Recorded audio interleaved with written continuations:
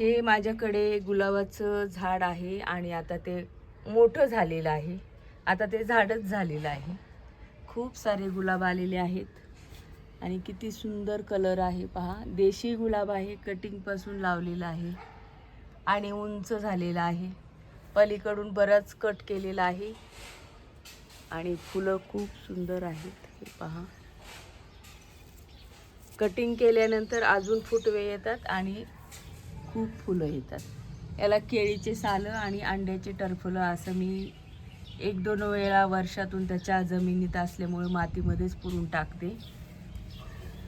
आणि पाणी असतं याला, तर जमिनीतील फुलांची, गुलाबाच्या रोपांची एवढी काळजी घेण्याची गरज नसते.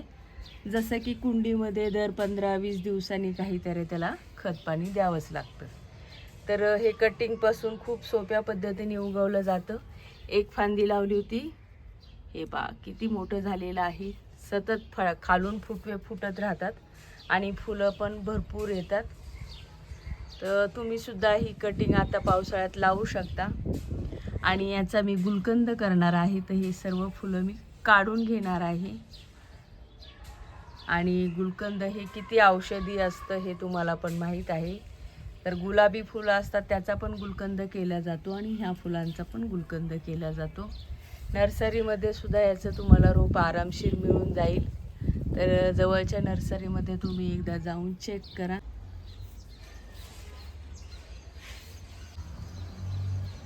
तर आज मी ह्या मिरच्या काढून घेणार आहे, कारण ह्या मिरच्या नाही काढल्या तर दुसऱ्या नवीन मिरच्याच येणार नाही आहेत. खूप लाल झालेल्या आहेत आणि हिरव्या पण आहेत. तर सर्वच काढून घेणार आहे, म्हणजे त्याला पुन्हा नवीन मिरच्या येतील. आणि हे किती मोठं मिरचीचं रोप झालेलं आहे ते पहा. आणि मिरच्या सुद्धा आलेल्या आहेत त्याला पहा.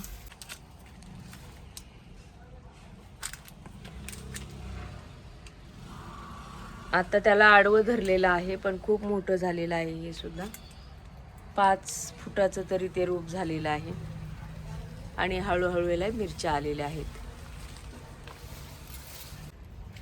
तर हे मिरचीचं रोप एवढं का वाढलेलं आहे ते तुम्हाला सांगते. इथे पूर्वी मोसंबीचं झाड होतं आणि ते नंतर मोसंबी आले, नंतर ते खराब झालं आणि मरून गेलं. ते वाळलेलं लाकूड झालं त्याचं.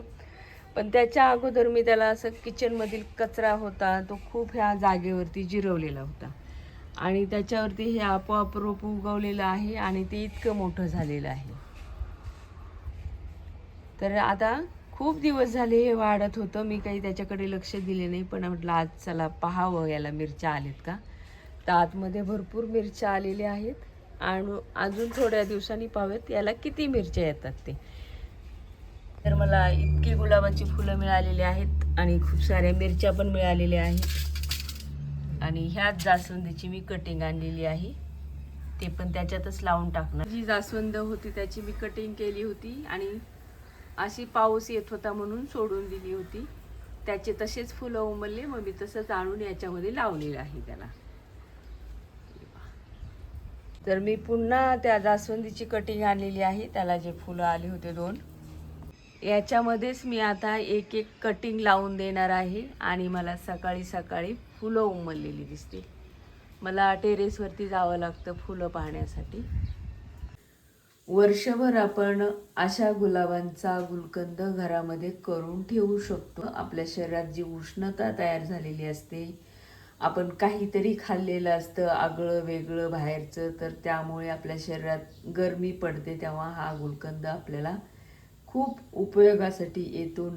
आता मी हे गुलकंद तयार केलेलं आहे आणि खडीसाखर, विलायची पावडर आणि गुलाब पाकळ्या याचं मिश्रण करून आता हे गुलकंद तयार झालेलं आहे. आणि याला उन्हात ठेवायचं आहे, पण आज काही ऊन नाही पडलेलं. जेव्हा कधी ऊन पडेल 1-2 दिवसांनी तेव्हा मी त्याला उन्हात ठेवणार आहे. तर यात एकाच मिरचीच्या रोपाच्या ह्या मिरच्या आहेत आणि बऱ्याचशा निघालेल्या आहेत. आणि हे कारले आणि वांगे टेरेसवरती आहेत. तर मला याचा खूप फायदा होतो. कधी कधी जेव्हा आपल्या घरामध्ये काहीच नसतं तेव्हा एखादी भाजी मिळून जाते. आणि हे एक गुलकंदाचं गुलाब आहे. याचा पण गुलकंद केला जाऊ शकतो. आणि आता बाहेर ऊन नाही आहे जास्तीचं, तर मी ही बरणी आहे इथंच ठेवत आहे, गुलकंद तयार करण्यासाठी ठेवलेली आहे. खिडकीमध्ये ठेवते कारण मधून मधून पाऊस येतो.